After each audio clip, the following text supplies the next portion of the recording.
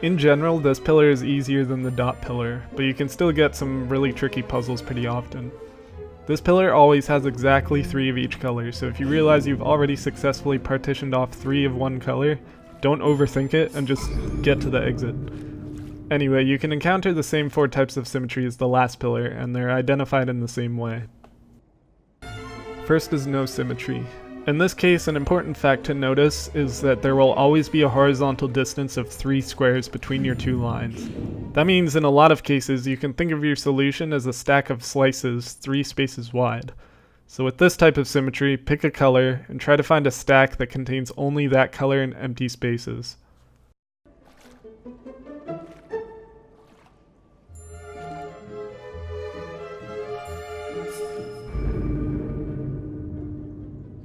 One example that breaks this method is when you have one color surrounded by 2 opposite colors within a 3-wide slice.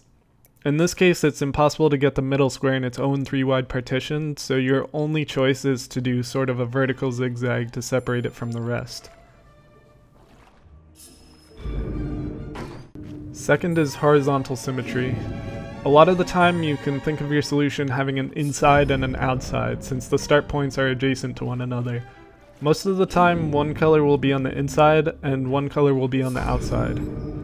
Again, you can only see half the pillar at a time, but unlike the dot pillar, it's helpful here to scan the entire pillar and get a glimpse of where all the squares are so you can get the solution first try.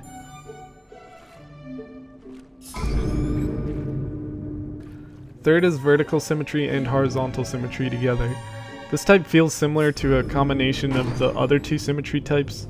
In this case, you can either try partitioning off a vertical channel containing only one color, or you can try to pin one color against the bottom or top of the pillar, or both. If you're trying one of these 2 strategies but realize you keep bumping into the opposite line, try switching which strategy you're using.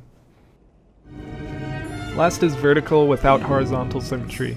This is similar to the vertical and horizontal symmetry together, but creating only 2 partitions seems to work a lot less. So try pinning the squares against the top and bottom of the pillar first, as that seems to work best in this case. With each type of symmetry, one case that trips people up a lot is when you have squares in symmetrical positions. For example, you may have a horizontal symmetry puzzle with 2 squares of different colors in the same row at the same distance from the middle of the 2 start points.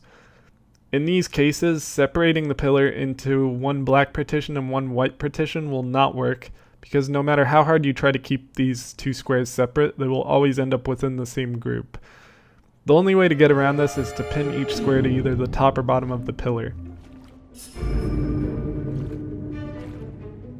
The same applies for pillars with no horizontal symmetry that have 2 squares with the same color in the same row exactly 3 squares apart. Here, having one black partition and one white partition won't work out because these 2 squares will always end up in separate partitions. It's a bit more difficult to identify these problem squares in puzzles with vertical symmetry, but the rule still applies. If you're having trouble satisfying certain squares, try isolating them from everything else. Remember, you're trying to separate opposite colors, not keep similar colors together. Alright, that was a lot to go over, yet there's still a lot of scenarios I had to leave out so that the series didn't end up being like 10 hours long. Again, don't feel like you need to memorize everything I said. Practice is very important. Just keep trying and eventually you'll internalize these strategies and be able to pull them off without even thinking about them. So, good luck. See you later.